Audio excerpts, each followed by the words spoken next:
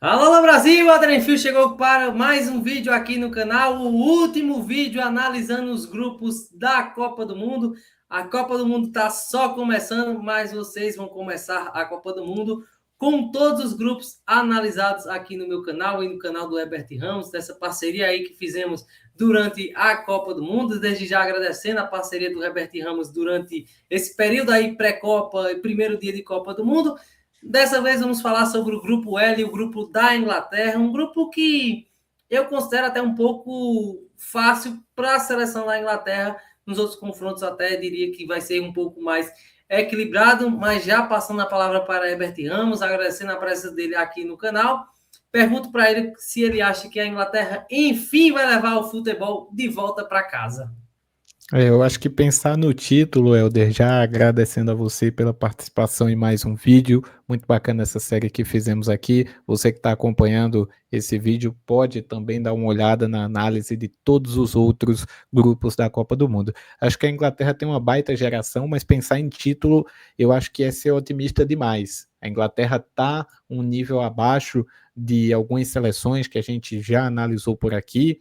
A Inglaterra fez um ciclo muito bom, né? A Inglaterra ganhou todos os jogos das eliminatórias. A Inglaterra tem um elenco muito forte, mas acho que tem uma série de desconfianças que a gente pode colocar sobre a Inglaterra. Talvez a principal delas seja o histórico recente em Copas do Mundo. Quando a gente olha para as últimas Copas, a Inglaterra até teve boas participações. 2018 chegou na semifinal. 2022 foi eliminado para a França em um jogo que possivelmente a Inglaterra jogou melhor do que a França, Sim. ou produziu mais, pelo menos do que a França. Mas a gente olha para uma Inglaterra que historicamente vacila em Copa do Mundo, a gente olha para uma Inglaterra que tem um treinador alemão, e esse é tema de debate ali, né, na imprensa alemã, porque é um treinador estrangeiro. Normalmente a Inglaterra aceita treinadores estrangeiros para os clubes, mas na seleção ainda era um tabu colocar É um apenas o treinador terceiro estrangeiro. técnico estrangeiro na seleção da Inglaterra. Então, não é Então, tão. é uma situação que chama atenção, e quando a gente olha, o Thomas Tuchel ainda colaborou, entre aspas, para essa desconfiança, deixando de fora jogadores renomados, né? Deixou de fora da lista final da Copa do Mundo o Phil Foden, o Cole Palmer, o Alexander Arnold, o Harry Maguire.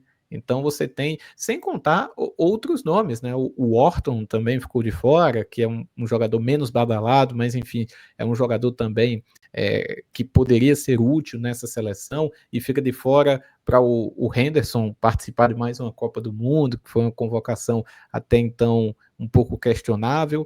Enfim, é uma convocação que teve suas críticas, aliada a um treinador que tem algumas convicções, e acho que ele sofre por ser estrangeiro. Se ele fosse inglês, não teria tanta pressão, até porque os resultados, ele conseguiu entregar resultados.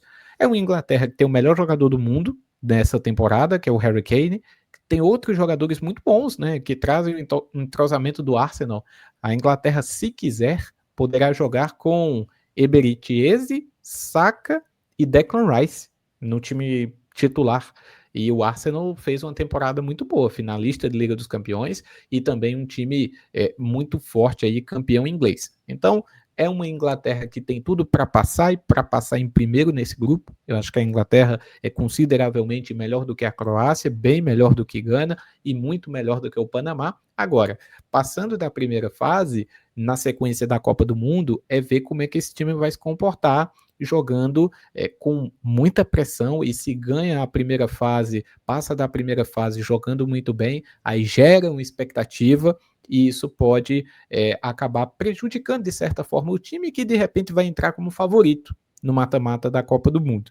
Então, a ver como esse time da Inglaterra vai se comportar nas fases seguintes, mas pelo menos nessa primeira fase eu acho esse time bastante favorito, até porque tem um elenco muito qualificado. Citei aqui alguns nomes do Arsenal, citei o Harry Kane, mas tem outros jogadores também, né? O Anthony Gordon, já falei aqui do Declan Rice, que é um dos melhores volantes do mundo. Você tem o Kobe Morgan Rogers. Mainoo, Você tem o Konsah, que é um bom zagueiro, o Mark Guéhi, que é um bom zagueiro também, até o Pickford, que é um goleiro que volta e meia é questionado, mas na seleção ele consegue É um grande goleiro na muitas seleção. vezes ser decisivo. Então é uma geração inglesa muito boa, que tem ali as suas dúvidas, suas incógnitas que cercam. Acho que quem está mais pessimista com a seleção inglesa são os próprios ingleses do que o restante do mundo do futebol. Mas eu acho que pelo menos nessa primeira fase vai passar sem sustos. Quando a gente olha o nível de jogadores da seleção inglesa, né, dos melhores clubes do mundo, a gente pensa, não é possível que a Inglaterra não vá ganhar nada. Mas aí bate o vice-campeonato na Eurocopa em 2024, a gente pensa, né, como a Inglaterra decepcionou em outras Copas do Mundo, né, com o Gerrard, com o Lampard, com o Joe Cole, então até o famoso áudio do Galvão, né, com o Joe Cole, criticando ele, mas assim, o Thomas Tuchel, eu entendo a lógica dele não ter levado o Cole, Palmer, Foden e o próprio Arnold. O Arnold de menos, mas o Palmer e o Foden, eu entendo. Por quê? Eles ficaram de fora da seleção no último ano, assim, lesões, mau desempenho, eles não estavam indo. O Thomas Tuchel foi construindo um coletivo desse time, e aí o time se encaixou, a Inglaterra não tomou gols nas eliminatórias. É a Inglaterra que venceu os jogos e ainda assim não tomou gols. É uma seleção que defensivamente mostrou uma evolução com o Thomas Tuchel. Obviamente que quando chega na Copa, a Inglaterra acaba desandando, né? Mas assim, ele pensou muito no coletivo, também acho que é uma forma que ele deu all-in, né? De tipo assim, apostou tudo nesta Copa do Mundo, e aí quem sabe possa levar a Inglaterra ao título. Mas claro, né, se for olhar a geração, é sim uma das favoritas. O Haaland teve um bom final de temporada, mas mesmo assim passou um bom tempo afastado da seleção. Então, eu acabei entendendo a lógica do Thomas Tuchel, mas mesmo assim ele está muito pressionado, porque é mais ou menos o que fez o Filipão, fez o Zagallo, né, lá em 98, de não levar as estrelas. O Filipão não levou o Romário e deu certo, mas se não tivesse dado, o que seria? Então eu vejo mais ou menos um cenário parecido de que apostou. Se der certo, beleza, se não, ele já sabe que ele vai ser muito questionado. O Thomas Tuchel, a característica dos times dele, a gente já sabe, né? É um time que gosta de jogar com a bola, de controlar o jogo, de fazer uma pressão alta. É um time muito agressivo o tempo inteiro, tanto na marcação quanto no ataque. É um time vertical em algumas ocasiões, mas é um time que joga ali, já gosta de jogar ali no esquema de saída de bola com três homens, um 3-4-3, né? Aquele futebol posicional, né? O Pep Guardiola, quando vai para o Manchester City, quando ele está saindo do Bayern, ele até fala no seu livro, Pep Guardiola, a evolução da editora Grande Área, que via no Thomas Tuchel um técnico alemão, mas que tinha um estilo posicional parecido com o dele, que ele enxergava no Tuchel um cara que poderia substituir ele na época, né, no Bayern de Munique. Acabou que não aconteceu. O Tuchel venceu a Liga dos Campeões contra o Guardiola, para você ver o nível do treinador. Tirando o Ancelotti, eu acho o Tuchel o segundo melhor treinador de seleções, né? Junto ali com o Scaloni, são os dois melhores, tirando, claro, o Carlo Ancelotti. Então, é um time que ele tentou criar um coletivo muito forte. Sobre os nomes que ficaram fora, eu até pensei que o Jude Bellingham não iria. Ele vai para a data FIFA de março apenas treinar, então acho que nesses treinamentos o Thomas Tuchel entendeu que dava sim para contar com o Bellingham e tem jogado. Parece estar menos forte, né? O Bellingham ganhou muita massa muscular, também por conta do seu problema no ombro, mas parece que com o Tuchel nessa Copa do Mundo vai ser titular. Então, é um time que tem suas fragilidades, né? Apesar de ter uma defesa boa, essa defesa costuma sofrer com a bola nas costas, aquelas bolas no facão, né? Que o meia, o ponta coloca nas costas da defesa, mas ainda assim é um time que eu vejo que pode dar sim um trabalho na Copa do Mundo, é caminho do Brasil, tem jogadores de muita qualidade, e eu espero uma grande Copa do Mundo do Harry Kane, até pensando na bola de ouro, né? A gente já chegou a falar sobre o prêmio da bola de ouro, que a gente sabe que a Copa do Mundo vai pesar muito, então o Harry Kane fazendo a Copa do Mundo, ele já meio que garante, porque na temporada de clubes, eu acredito que ele sim foi o melhor jogador do mundo nos clubes. E aí já partindo para o grupo, né, vendo no geral, a Inglaterra é de longe o melhor time, enfrenta uma Croácia já velha, acho que é um grande time, a Croácia é um grande time, mas é um time já velho, tem Gana também que pode dar um trabalhozinho no grupo, mas que eu acredito que não vá. Mas já entrando na Croácia, Herbert, A Croácia vem de 2 Copas excelentes, um vice-campeonato e um terceiro lugar em 2022. É um país jovem, né, de pouco mais de 30 anos ali, né, no final dos anos 80, começando dos 90, que a Croácia conseguiu a sua revolução, a sua independência, na verdade, né, quando teve ali a dissolução da União Soviética. E eu queria entender de você, né, que a Croácia geralmente vai muito bem em Copas do Mundo, mas também quando não vai bem, não passa nem da fase de grupos, como foi em 2014 aqui no Brasil, para surpresa de muita gente. Mas eu queria entender de você o que é que você espera da Croácia nesta Copa do Mundo. Helder, a gente tem uma Croácia que, como você falou, tem uma geração boa, né, que entregou resultados. A gente ainda tem o Modric jogando, né? Era uma dúvida que a gente tinha na última Copa, se era a última Copa do Modric. O Modric vai participar em 2026. Você tem o Livakovic, que se tornou um goleiro ainda mais seguro nesse ciclo de 4 anos. Você tem outros nomes que surgiram, né, como o Budimir, que já estava jogando, mas acho que chegou no auge dele nos últimos anos. Você tem o Kramaric, que segue marcando gols lá no futebol alemão e também ganhou um certo protagonismo na seleção, porque acabou se consolidando como um titular. O Perisic fez parte desse ciclo também. Então, é uma geração que conseguiu se manter e se manter útil em relação aos adversários. A Croácia dá trabalho contra qualquer adversário do mundo que há em frente. Foi assim nas últimas 2 Copas, segue um trabalho com o mesmo treinador e nós temos aí algumas dúvidas sobre algumas peças da Croácia do ponto de vista físico mesmo. Né? O Modric, quantos minutos de cada jogo o Modric pode jogar? Porque dificilmente ele vai conseguir jogar os 90 minutos de uma partida. Se o jogo for para a prorrogação, o Modric aguenta o jogo inteiro, ou ele vai ser substituído e a Croácia não vai ter o seu principal armador. Na convocação da Croácia tinha o Kovacic. Kovacic perdeu 70% da temporada, e eu acompanho o Manchester City e pude perceber, ele perdeu 70% da temporada por lesão. Foi convocado. O Vardiol, a mesma coisa. Então, assim, como que esses caras vão se comportar na Copa do Mundo e como a Croácia vai se comportar com a eventual ausência deles? Eu acho que é uma dúvida legítima que a gente tem sobre esse time da Croácia, que é um time muito bom, que é um time com uma ideia muito bacana do seu treinador, teve o crescimento de algumas peças, né? Por exemplo, o Stanisic se transformou em um lateral muito útil no Bayern de Munique, foi titular nessa temporada do Bayern de Munique, então é um cara que também pode ajudar bastante, com a eventual desfalque do... também muito seguro. Sim, sim. O Stanisic pode, inclusive, quebrar o galho do lado que seria o Vardiol, né? Seja como zagueiro, seja como lateral, embora normalmente ele atue como lateral pelo outro lado. Enfim, é uma geração muito boa, uma geração forte. Acho que para alguns jogadores é meio que fim de ciclo, né? O Modric, por mais que seja um cara muito forte, não deve disputar outra Copa do Mundo. Perisic também não. Então eu acho que é o fim de ciclo para alguns atletas. Kovacic, né? Eu acho que o Kovacic não vem para outra Copa do Mundo. Também acho que não. Também acho que não. Então, a Croácia, para mim, é a segunda força desse grupo. É consideravelmente um time mais seguro e mais regular do que Gana e Panamá. E deve ficar com a segunda vaga. Agora, fazendo um gancho aqui de Croácia e Inglaterra, que a gente falou bastante da Inglaterra. Eu estava olhando aqui a sequência dos jogos. O primeiro jogo da Copa é Inglaterra e Croácia, que é uma oportunidade de revanche da semifinal da Copa do Mundo de 2018. A gente falou aqui sobre a desconfiança dos próprios ingleses em relação à Inglaterra. Se a Inglaterra perde, a depender da forma que perder para a Croácia no jogo de estreia da Copa do Mundo, o emocional da Inglaterra vem abaixo, tá?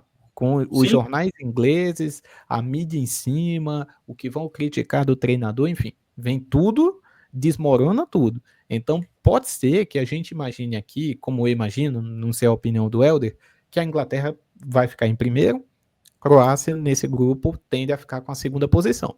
Mas se no primeiro jogo a Croácia conseguir ganhar, vai abaixo a seleção. E, assim, a gente já viu seleções que chegaram com uma certa desconfiança e acabaram, em algum momento, tendo algum vexame, né? Não foi na primeira rodada, se eu não me engano, não foi na primeira rodada, mas a Croácia ganhou de 3-0 da Argentina, do Sampaoli, Na segunda rodada e, lá em 2018. Segunda e, rodada. virou, e virou um caos. Sim. Então, assim, o Sampaoli, claro, é muito mais maluco e a Argentina já vivia um caos, assim, 300% maior do que a Inglaterra, que não tomou gol nas eliminatórias. Mas o fator emocional pode ser um diferencial nesse grupo, Helder. Eu também acho, né? E a gente já sabe como a Inglaterra costuma derreter mentalmente durante Copas do Mundo. Até tem um tropeço ali. A gente viu a Copa de 2010 mesmo, né? Como aquela partida contra a Alemanha, a Inglaterra derrete totalmente e aí termina 4-2 aquela partida. Obviamente tem aquele famoso gol roubado, né? Não sei se é do Schweinsteiger. Não, do Lampard. O Lampard faz Do o gol, a Lampard. bola. O Lampard faz o gol, a bola bate no travessão, bate na linha, dentro do gol. Não entra, o juiz não dá o gol, né? Que é o famoso gol da tecnologia do olho do Falcão, né? Por conta desse lance se criou essa tecnologia. E aí, depois disso, a Inglaterra desmonta emocionalmente naquela partida, né? Tem muita reclamação e acaba que a Alemanha elimina os ingleses naquela Copa em 2010. Mas sim, esse duelo contra a Croácia é muito difícil, mas eu imagino a Croácia sofrendo muito nesse jogo, porque é uma geração velha, é uma geração que tem o meio campo como a sua grande fortaleza, né? Com Modric, com Kovacic, com Pasalic. Já não tem mais o volante, que agora me fugiu o nome, que era o volante da Croácia em 2022, que está no Al Nassr. Brozovic. Brozovic, não tem mais o Brozovic, que era um coração daquele time, né? Era o pulmão, realmente. Você tinha o Modric e o Kovacic com o Brozovic correndo por trás ali o tempo inteiro. A gente não sabe a condição física do Gvardiol ou do Modric. O Modric teve uma fratura na face agora no final da temporada do Milan. Então, é alguns nomes que a gente não sabe realmente a condição física. A teoria é que deve passar em segundo. Mas olha que se você for olhar o time de Gana, olha, pode ser que a gente tenha uma surpresa, porque eu não sei se é tão fácil assim esse duelo para a Croácia, não. Obviamente, você falou do Budimir, né? Do Budimir. Tem feito grandes temporadas no Osasuna. Eu sou muito fã do Budimir. Até se falou em algumas vezes o Real Madrid tentar a contratação do Budimir, que é esse camisa 9 nato, assim, né? De jogar dentro da área, de brigar com os zagueiros. Mas, claro, obviamente nunca aconteceu.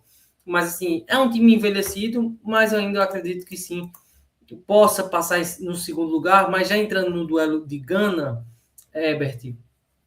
Gana que tem o seu técnico Carlos Queiroz, que vai para a sua quinta Copa do Mundo, e a quinta de forma seguida. Ele foi técnico de Portugal na Copa de 2010, depois treinou o Irã, e agora está treinando na seleção de Gana pela segunda vez consecutiva. Então, é um Mister Copas, é um cara que sabe o caminho das pedras em Copas do Mundo. Não é, oh meu Deus, que treinador de futebol. Não, mas é um cara que entende de Copa do Mundo, é um cara que fez muito sucesso em Portugal em outrora. Então, esse time aí bem compacto, que reduz os espaços, a gente vai pegar o duelo contra a Croácia, por exemplo, de um time que vai dar a bola à Croácia, faça seu jogo, eu tô aqui tranquilo, para tentar sair em transição, e aí quem sabe, né, um time mais velho, um time com problemas de lesões, Gana não possa dar um trabalho danado aí à seleção da Croácia.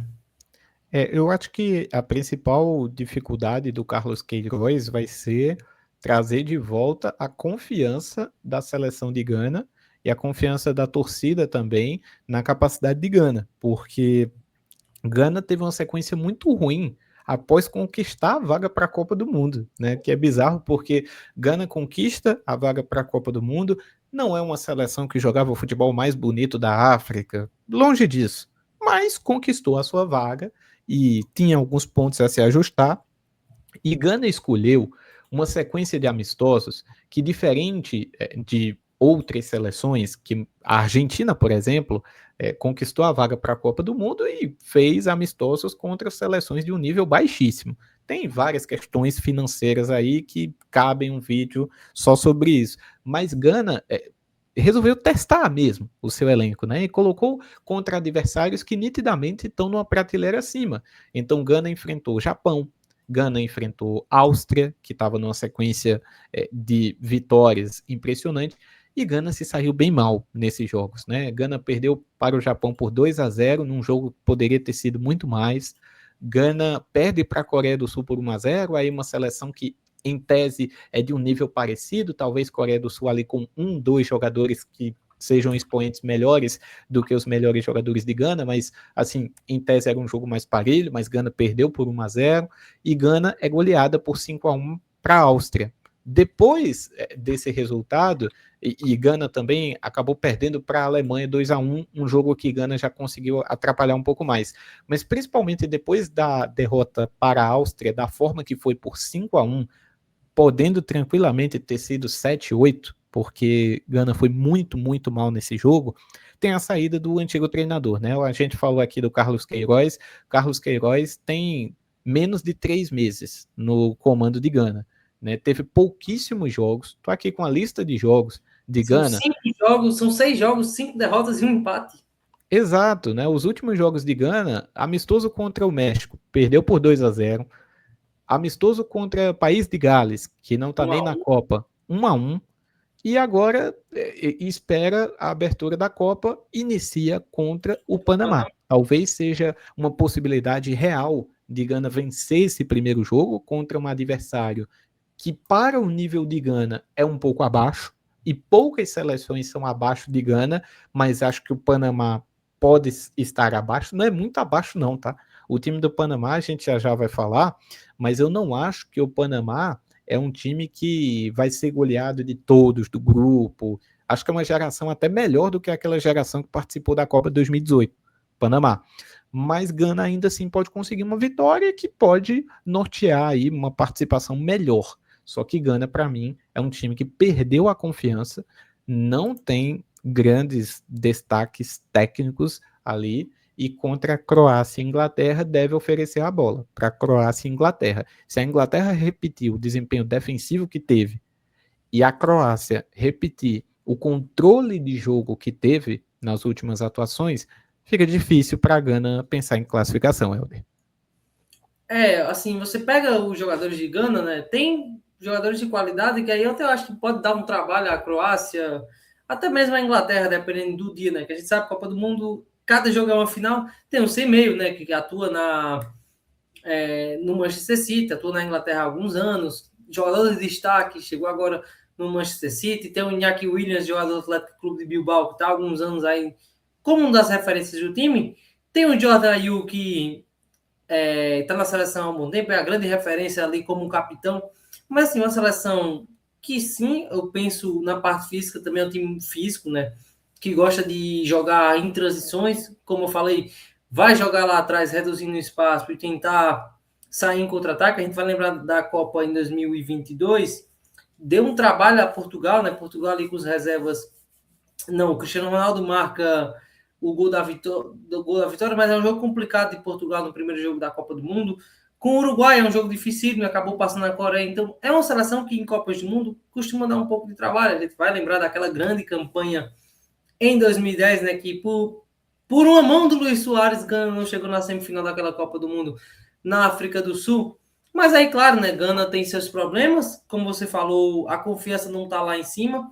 Mas é como eu costumo dizer, Copa do Mundo é o seguinte, você faz todo um trabalho, 4 anos, mas começou a Copa do Mundo hoje, a gente está gravando dia 11, tudo que aconteceu do dia 11 para trás não vale de nada.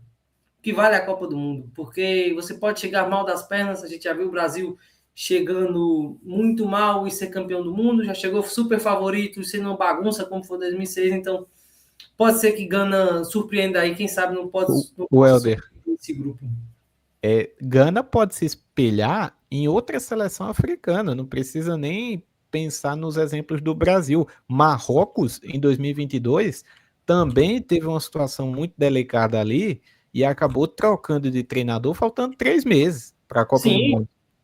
Né? E deu certo o que deu. Acho que claramente o elenco de Gana é mais inferior. Basicamente, Gana tem como destaques nas principais ligas, só os jogadores que você falou mesmo. O Anthony Semenyo sendo o principal nome disparado, né? O Iñaki Williams deve ser titular absoluto, mas a ver também a condição física dele, né? Ele não sofre com tantas lesões como o irmão, mas volta e meia também fica fora de algumas partidas, até por ser um jogador mais experiente. Mas a seleção de Gana pode se inspirar no Marrocos e, quem sabe, buscar uma classificação que poderia vir até por um começo bom contra o Panamá, que é um time bem limitado, e é curioso, né? O Panamá, cara, fez um ciclo bom.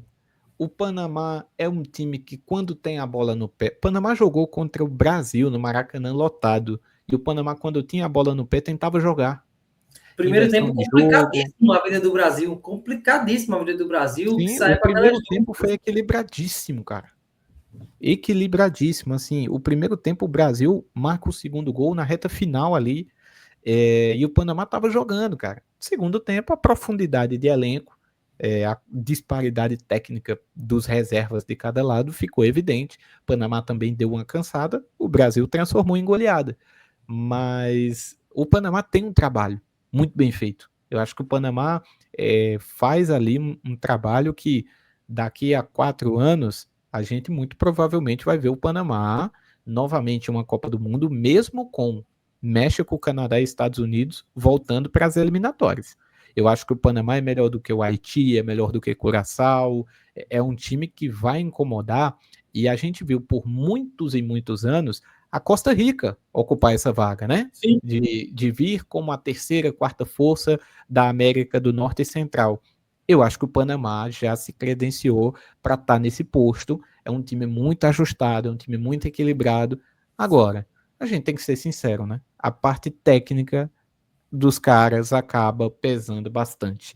E a gente às vezes tem dúvida, né? Poxa, o time estava tão bem nas eliminatórias, na Copa do Mundo pode surpreender. Só que aí a gente olha os amistosos, quando enfrentam seleções do alto nível, não conseguem competir, pelo menos não conseguem competir o jogo todo. Contra o Brasil, por exemplo, conseguiu dar muito trabalho no primeiro tempo, mas no segundo tempo a defesa completamente exposta. Isso foi contra o Brasil, mas contra outros adversários de alto nível também, o Panamá teve muita dificuldade. É muito complicado imaginar que o Panamá vai tirar ponto da Inglaterra e até contra a Croácia. É difícil. Acho que o Panamá, diferente de 2018, quando comemorou um gol em Copa do Mundo, eu acho que o Panamá pode buscar, quem sabe, até pontuar contra a Gana. Se Gana estiver num dia ruim, enfim, de pouca inspiração dos jogadores de ataque, numa dessa, né, estreia de Copa do Mundo, nervosismo, o Panamá joga em um ambiente que ele está mais acostumado, porque o Panamá disputa competição direto, ali na América do Norte, vai ter alguma torcida ali do Panamá, enfim, numa dessa, cara, o Panamá pode conseguir pontuar, mas não tem time ainda, não é essa geração que vai fazer com que o Panamá passe de fase, né, Helder? Até falando sobre o bom momento do Panamá, eu acho que é uma seleção mais forte do que era em 2018, que toma 6-1 da Inglaterra, né? Aquele último gol ali, estava 6-0, marca um gol, mas parecia que tinha vencido a Copa do Mundo. É uma seleção que nesse ciclo foi semifinalista de Copa Ouro e em 2025 chegou nas quartas. Então é uma seleção que, na CONCACAF, tem figurado ali num cenário melhor, né? Ali junto com o México, Estados Unidos, sempre tem chegado vez ou outra. Como você falou, contra adversários melhores, que é a grande dificuldade, por quê? É uma seleção que é muito posicional, né? Essa escola de técnicos posicionais que está aí no mundo inteiro, né? De técnicos que vão e tentam jogar mesmo de forma posicional. O Thomas Christensen, que é o treinador do Panamá hoje, é um jogador espanhol, é um treinador espanhol dinamarquês, né? Tem dupla nacionalidade. Então, a gente da escola espanhola, um time que joga com a bola num 4-2-3-1 ou em um 5-4-1, tenta criar desde a defesa. A gente viu alguns gols do Brasil assim, do Panamá tentando sair jogando. E claro, né, a Copa do Mundo parece que teremos muitos gols assim. Tivemos o primeiro jogo entre México e África do Sul com aquele gol de roubada de bola ali na cara do gol e você marca. Então, é a tendência, é um time que na parte defensiva do Panamá, né, gosta de pressionar lá em cima. Então, o que acontece? Vai subir a marcação-pressão talvez pela qualidade de trabalho ali, porque 30 minutos, depois isso vai cansar, e aí os rivais vai começar a achar espaço, e aí, claro, vai começar a se abrir os espaços. A gente viu no jogo contra o Brasil, em determinado momento o Brasil tinha muito espaço. Então é uma seleção que é melhor, mas ainda assim está longe de poder dar muito trabalho aos outros times. Vejo aí também como a grande fraqueza desse grupo, até poder sofrer goleadas, principalmente contra a Inglaterra. Mas é um Panamá que eu não vejo dando trabalhos nessa Copa do Mundo. De destaque, tem o Amir Murilo, né, jogador do Besiktas, mas como a gente vê, são poucos destaques. Tem jogadores que atuam na América do Sul, outros que jogam na Europa. Mas ainda assim, é uma geração que cria. Quando chega lá na frente, o Ismael Dias e José Fajardo perdem muitos gols. Então é um Panamá que pode ter dificuldade, né? Pode até ter chances, mas não vai fazer. E aí, quando o time voltar, vai acabar castigando a seleção do Panamá. É isso, Helder. E para a gente finalizar também com os palpites desse grupo e finalizar essa série, que foi muito bacana, e os outros vídeos estão aí nos dois canais, tanto no canal do Helder, tanto no meu canal, para que a turma possa acompanhar, né, quem ainda não viu a análise dos outros grupos. E neste, para não fugir aí da tradição, para mim, Inglaterra em primeiro, Croácia em segundo, em terceiro lugar, eu ainda acredito que Gana pode conseguir um resultado positivo para cima do Panamá. Para mim, essa vai ser a ordem. Helder, já agradecendo a você pela participação e pela colaboração aí nessa série de vídeos sobre a Copa do Mundo. Cenário diferente, esse ano 12 grupos, mas a gente conseguiu passar e finalizamos aqui essa série tão bacana. E agora é aguardar para ver se os jogos vão estar dentro do que a gente imagina. E é normal que um grupo ou outro saia totalmente do padrão. Toda Copa tem pelo menos uma zebra que acaba se destacando ali, mas acho que boa parte das nossas análises vão dentro do que realmente deve acontecer. E nesse grupo também com Inglaterra e Croácia como protagonistas. Desde já quero agradecer a você, a sua participação aqui, né? Os vídeos estão aí para as pessoas assistirem. Eu acho que a gente conseguiu resumir muito bem, né? Há seleções aqui que muita gente não acompanha e tem muita gente que assiste futebol apenas na Copa, que acompanha a gente e quer saber mais um pouco, até para ali o bolão, né? Uma aposta ou outra. Então, eu acho que a gente conseguiu resumir bem o que é essas duas seleções. Claro que eu acho que a gente não vai acertar 100%, porque Copa do Mundo a gente sabe, sempre tem aquela surpresa positiva, a surpresa negativa, né? Pode até ser o Brasil fazer uma péssima Copa do Mundo. Eu, por exemplo, não estou esperando, acho que o Brasil vai fazer uma boa Copa do Mundo, como a Inglaterra eu acho que vai fazer, mas indo um pouquinho diferente de você, Herbert, eu vou com Gana em segundo e Croácia em terceiro. Eu acho que esse duelo, primeiro duelo entre Inglaterra e Croácia, sendo o primeiro jogo, pode ser que complique um pouco a vida da Croácia, porque Gana deve manter a tradição e vencer a seleção do Panamá, e aí vai jogar um pouco de pressão para a seleção croata do Slavko Dalic, né, o Modric com 41 anos, que vai completar agora no mês de julho. Então, é uma seleção croata tá velha, e eu acho que vai fazer jus e não vai fazer uma grande Copa do Mundo assim. Mas é isso, desde já agradecendo ao Herbert. Durante a Copa do Mundo a gente vai conversar aqui para ver o que podemos trazer de conteúdo para vocês. Quem sabe aí uma live a gente pode preparar para conversar com vocês aí ao vivo. Mas é isso, pessoal, agradecendo desde já. Todos os grupos estão analisados aqui no meu canal, no canal do Herbert Ramos. E aí, claro, né, vocês podem assistir aqui o vídeo ao longo da semana. Tem tempo aí para vocês assistirem esses vídeos finais, né, que sai o grupo de Portugal, da Argentina e da Inglaterra, porque tem muita Copa, a Copa tá só começando, e aí eu conto com a colaboração de vocês para ir no canal do Herbert Ramos, seguir ele tem um trabalho legal, tanto aqui no YouTube, quanto na TV, até no próprio Instagram dele. Então, peço a vocês que vá lá no canal do Herbert Ramos seguir eles, quem é no canal do Herbert Ramos que puder vir aqui e me seguir, também ficaria muito agradecido, que aí aos poucos a gente vai levando mais conteúdo para vocês. É isso, pessoal. Chegamos ao fim da série, analisando os grupos da Copa do Mundo. Valeu e até a próxima!